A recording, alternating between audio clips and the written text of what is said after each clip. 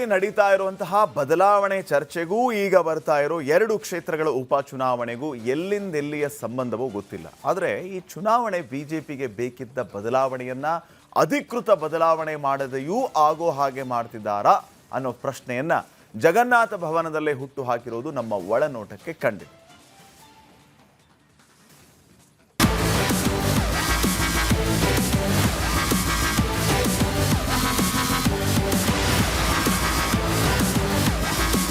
ಯಾಕೋ ದೊಡ್ಡವರೆಲ್ಲ ಬರೋ ಹಾಗೆ ಕಾಣಿಸ್ತಾ ಇದೆ. ಅವರೆಲ್ಲ ಎಂಟ್ರಿ ಕೊಡೋದಕ್ಕೂ ಮೊದಲು ಒಂದ್ಸರ್ತಿ ಹಿರಿಯೂರಿಗೆ ಹೋಗಿ ಬರಬೇಕು ಅಂತ ಟೂರ್ ಪ್ಲಾನ್ ಮಾಡ್ತಾ ಎಂಟ್ರಿ ಕೊಟ್ರು ನಮ್ ಗೋವಿಂದಣ್ಣ. ಅರೆ ಗೋವಿಂದಣ್ಣ, ನೀವ್ ಹಿರಿಯರು, ನೀವೇ ಹಿರಿಯೂರಿಗೆ ಹೋಗ್ಬಿಟ್ರೆ ನಾವು ಕಿರಿಯರೇನ್ ಮಾಡೋದು? ಅದ್ಯಾಕೆ ಹೀಗೆ ಹಿರಿಯೂರಿಗೆ ಹೋಗೋ ಪ್ಲಾನ್ ಮಾಡ್ತಿದ್ದೀರಿ ಅಂತ ಕೇಳಿದಾಗ ಬಾಯ್ ಬಿಟ್ರು ನೋಡಿ ಹಿರಿಯರ ಕತೆ.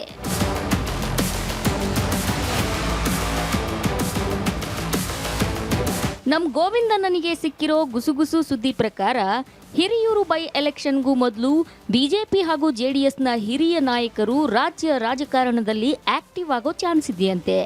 ಅದರಲ್ಲೂ ಉಪಚುನಾವಣೆಗಳ ಜವಾಬ್ದಾರಿ ಹೊತ್ತು ಚುನಾವಣಾ ರಾಜಕಾರಣದಲ್ಲೇ ಆಕ್ಟಿವ್ ಆಗ್ತಾರೆ ಅನ್ನೋದು ಗುಸುಗುಸು ಸುದ್ದಿ. ಅದೇ ಕಾರಣಕ್ಕೆ ಈಗ ಬಿಜೆಪಿ ಜೆಡಿಎಸ್ ಸಮನ್ವಯ ಸಮಿತಿಯನ್ನೂ ರಚನೆ ಮಾಡೋಕೆ ಎಲ್ಲ ರೆಡಿ ಮಾಡ್ಕೊಂಡಿದ್ದಾರೆ. ಹೀಗೆ ಸಮನ್ವಯ ಸಮಿತಿ ಹೆಸರಲ್ಲಿ ರಾಜ್ಯಕ್ಕೆ ಎಂಟ್ರಿ ಕೊಡೋಕೆ ರೆಡಿಯಾಗಿರೋ ಇಬ್ಬರು ನಾಯಕರಿಗೆ ಮುಂದೆ ಬರೋ 2 ಕ್ಷೇತ್ರಗಳ ಉಪಚುನಾವಣೆಯ ಜವಾಬ್ದಾರಿ ಕೊಡೋಕು ತಯಾರಿ ನಡೆದಿದೆ.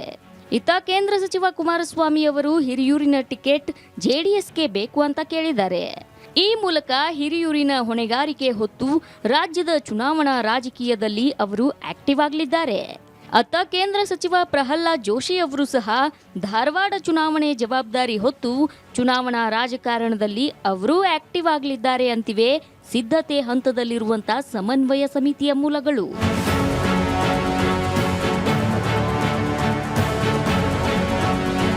ಈ ಸಮನ್ವಯದ ಡೈರೆಕ್ಷನ್ನು ವರಿಷ್ಠರಿಂದಲೇ ಬಂದ ಹಿನ್ನೆಲೆಯಲ್ಲಿ ಇವತ್ತು ಕೇಂದ್ರ ಸಚಿವ ಕುಮಾರಸ್ವಾಮಿ ಅವರನ್ನ ಭೇಟಿಯಾದ ಬಿಜೆಪಿ ರಾಜ್ಯಾಧ್ಯಕ್ಷ ವಿಜಯೇಂದ್ರ 30 ನಿಮಿಷ ಮಾತಾಡಿದಾಗ ಅಲ್ಲೂ ಹಿರಿಯೂರು ಹಾಗೂ ಸಮನ್ವಯದ ವಿಷಯವೇ ಅರ್ಧ ತಾಸು ಚರ್ಚೆ ಆಗಿದೆ ಅಂತ ಖಚಿತಪಡಿಸಿವೆ ಆಪ್ತ ಮೂಲಗಳು. ಅದರ ಪ್ರಕಾರ ಕುಮಾರಸ್ವಾಮಿ ಅವರು ಹಿರಿಯೂರು ಕ್ಷೇತ್ರದ ಟಿಕೆಟ್ ಜೆಡಿಎಸ್ಗೆ ಕೇಳಿದ್ದಾರೆ. ಇತ್ತ ವಿಜಯೇಂದ್ರ ಅವರು ಹಿಂದಿನ ಚುನಾವಣೆಯಲ್ಲಿ ಬಿಜೆಪಿ ಅಭ್ಯರ್ಥಿ 2ನೇ ಸ್ಥಾನ ಪಡೆದ ವಿವರ ನೀಡಿದ್ದಾರೆ. ಆಗ ಕುಮಾರಸ್ವಾಮಿ ಅವರು ಆದರೆ ಬಿಜೆಪಿ ಅಭ್ಯರ್ಥಿಯಾಗಿದ್ದವರು ನಂತರ ಕಾಂಗ್ರೆಸ್ ಪಕ್ಷ ಸೇರಿದ ವಿಷಯ ಪ್ರಸ್ತಾಪಿಸಿದ್ದಾರೆ.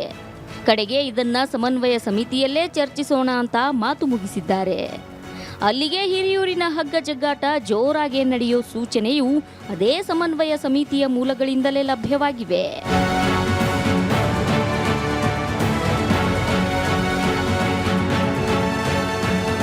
ಇದು ಕೇಂದ್ರ ಸಚಿವ ಕುಮಾರಸ್ವಾಮಿ ಅವರು ಹಿರಿಯೂರಿನ ಚುನಾವಣೆ ಜವಾಬ್ದಾರಿ ಹೊರೋ ಸ್ಪಷ್ಟ ಸೂಚನೆಯಾದರೆ, ಇನ್ನು ಕೇಂದ್ರ ಸಚಿವ ಪ್ರಹ್ಲಾದ್ ಜೋಶಿ ಅವರು ಧಾರವಾಡ ಚುನಾವಣೆ ಜವಾಬ್ದಾರಿ ಹೊರಲು ಸಿದ್ಧರಾಗಿರೋ ಮಾಹಿತಿ ಹುಬ್ಬಳ್ಳಿಯ ಹಳೆ ಮೂಲಗಳು ಖಚಿತಪಡಿಸಿವೆ. ಇದೇ ಕಾರಣಕ್ಕಾಗಿಯೇ ಪ್ರಹ್ಲಾದ್ ಜೋಶಿ ಸಮನ್ವಯ ಸಮಿತಿಗೂ ಎಂಟ್ರಿ ಕೊಡೋದು ಗ್ಯಾರಂಟಿ ಅಂತಿವೆ ಜಗನ್ನಾಥ ಭವನದ ಮೂಲಗಳು. ಒಟ್ನಲ್ಲಿ ಧಾರವಾಡ ಹಿರಿಯೂರಿನ ಚುನಾವಣೆಯ ಹೆಸರಲ್ಲಿ ಹಿರಿಯ ನಾಯಕರು ರಾಜ್ಯ ರಾಜಕಾರಣದಲ್ಲಿ, ಅದರಲ್ಲೂ ಚುನಾವಣಾ ರಾಜಕಾರಣದಲ್ಲಿ ಆಕ್ಟಿವ್ ಆಗೋಕೆ ರೆಡಿಯಾಗಿರೋದು ಹಿರಿಯ ಮೂಲಗಳಿಂದಲೇ ಒಳನೋಟಕ್ಕೆ ಕಂಡಿದೆ.